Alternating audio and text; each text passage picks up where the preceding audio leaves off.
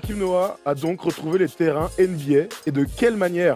Il a éclaboussé de highlights, si j'ai envie de te dire, la sphère NBA avec ce tir à mi-distance lors du premier match. Tout le monde a fait, oh là là, il est vraiment revenu. Alors d'abord, d'un point de vue totalement émotionnel, c'est un vrai kiff de le revoir sur les Ouais, c'est un kiff parce que la fin avait été très moche. Sauf pour son compte en banque. Son passage à New York, oui, ça me regarde pas. Ouais, J'ai pas de pourcentage là-dessus. Et d'ailleurs, c'est bien chiant. Mais non, c'était ça. Ce qu'il avait fait aux Bulls, ça reste encore dans tous les mémoires. C'est pas Paul Horaire qui va nous dire le contraire. Et de voir finir comme ça au Knicks de manière mis de côté, vilain, coupé comme ça, on avait envie de revoir Joakim Noah. Et c'est la chance qu'on a eue de revoir Joakim Noah. Alors on voit ses temps de jeu au début, mais il est très vite rentré dans la rotation et avec notamment ce pic face aux Pelicans. Mais on a retrouvé le Joakim Noah qu'on connaît.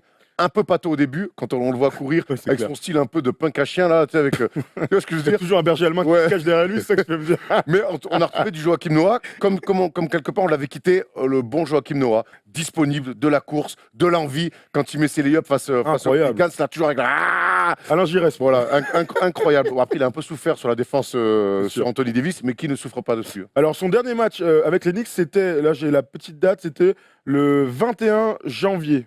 21 janvier donc 2018, donc ça remonte maintenant, ça fait presque un an que Joakim Noah n'avait pas joué de match NBA. Alors on va revenir un peu sur cette signature qu'on a appris par Marie Patrux lors de la finale de la Coupe Davis, puisque son père n'est pas que chanteur. On s'est fait ouvrir en finale de la Coupe Davis. Il n'est pas que chanteur.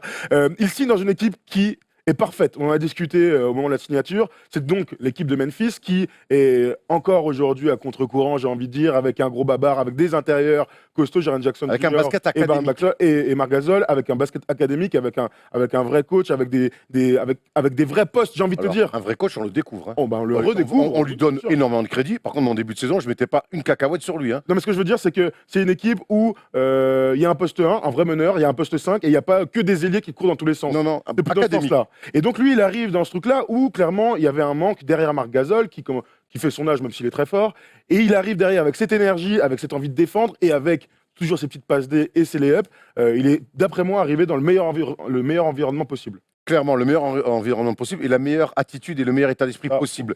Après son match face aux Pelicans, belle victoire d'ailleurs sur le parquet de New Orleans, il est en interview, il dit je suis heureux, quoi. Il était content, il dit parce qu'en fait, quand on sort de NCAA avec Florida, qu'on est drafté par les Bulls, qu'on vit ce qu'on vit, on a l'impression que tout ça, en fait, c'est normal. Et puis, je pense qu'il en a chié pendant sa période où il n'a pas joué. Et puis de finir comme ça, lui, quand même, ce compétiteur-là, il l'avait aussi un petit peu en travers. Et il se rend compte de la chance qu'il avait et de la chance qu'il a de pouvoir revenir. Et il revient avec un état d'esprit. Il y a un état d'esprit revanchard. Et ça se sent. Il est heureux d'être sur le parquet et il le diffuse déjà. Il a joué que 3 matchs, mais déjà, il diffuse beaucoup de choses. Sur les temps morts, il est là, il tape dans les mains de tout le monde. Il fait du Joakim Noah. Et je pense qu'il leur manquait peut-être aussi un peu ce genre de profil un peu qui sort de ce cadre académique. Et moi, je trouve ça très intéressant. Et puis, ça marche direct, quoi. Il sort du banc et derrière Gasol, ça mène autre chose. Bon, on va pas parler du match des Lakers où ils ont pris une énorme rouge, même si j'ai kiffé personnellement, mais ils ont pris une énorme rouge. C'est pas le plus intéressant. Il a sorti cette performance à 13 points donc face aux Pelicans.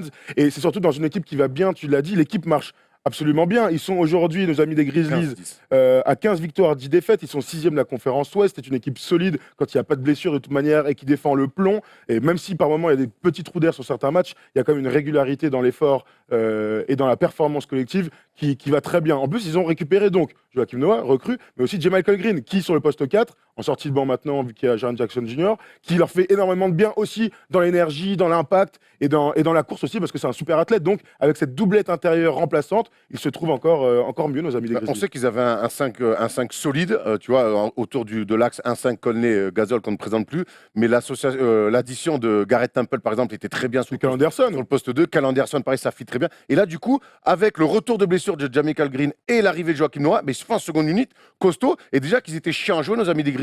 Alors là, c'est même plus un poil à gratter, mon ami, c'est un afro qui a joué.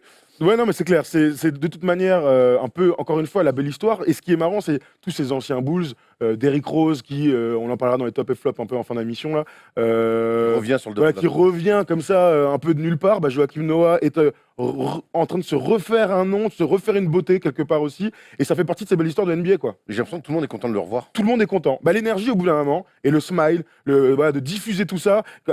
Tu parlais de ce qu'il a dit juste après son premier match. Il a dit, moi je suis juste heureux d'être dans le vestiaire, de côtoyer des gars. J'ai même mis un jumper. J'ai même mis un jumper. Elle reste quand même incroyable. Ah ouais, là, on est en plein dedans. À quand le retour de Luol Deng Luol Deng, il est à Minnesota. Luol Deng, ils l'ont pas réanimé par contre. C'est le seul boost qui, lui, pour l'instant, d'ailleurs, ses funérailles auront lieu mercredi. Faites vos dons, envoyez une couronne.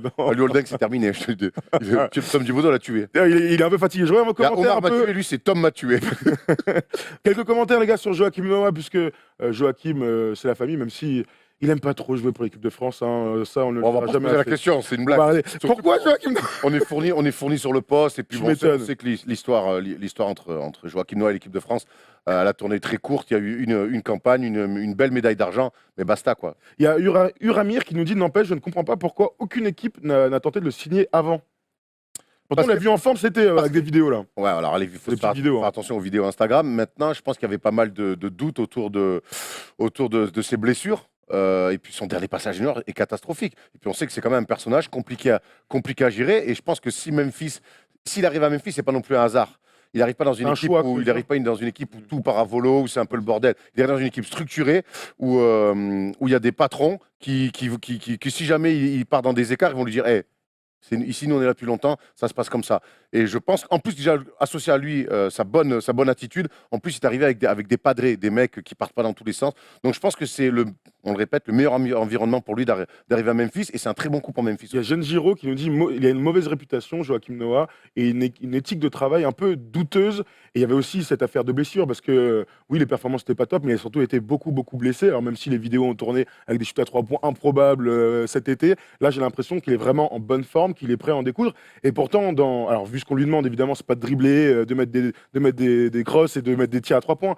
Mais dans l'énergie, je le sens en canne. Et ça, c'est quand même le signe d'un joueur qui est bien dans sa tête et bien dans son corps. Ça fait que 3 matchs, on verra la suite. On sait que c'est un mec un peu fragile, qui a quand même derrière lui laissé beaucoup de gomme, notamment sur son passage à Chicago. Hein, on se souvient quand même cette manière, il défendait comme un lion, il se jetait sur tous les ballons, il y a laissé de la gomme. On va voir dans la durée si son corps va tenir, mais en jouant 15-20 minutes comme ça derrière Gasol, moi j'espère que ça va tenir. Et surtout, j'ai hâte de revoir Joachim Noah en playoff. Absolument. On sait que lui, c'est un mec de grand moment. Il ne vit que pour ça. Il vit pour ça. Bref, en attendant de voir Joachim Noah en playoff, il y a une autre équipe et un autre joueur, Giannis Antetokounmpo, qui nous régale en ce début de saison. C'est l'heure de parler de ce fameux trade avec Jordi, le meilleur joueur, le joueur préféré d'Erwan.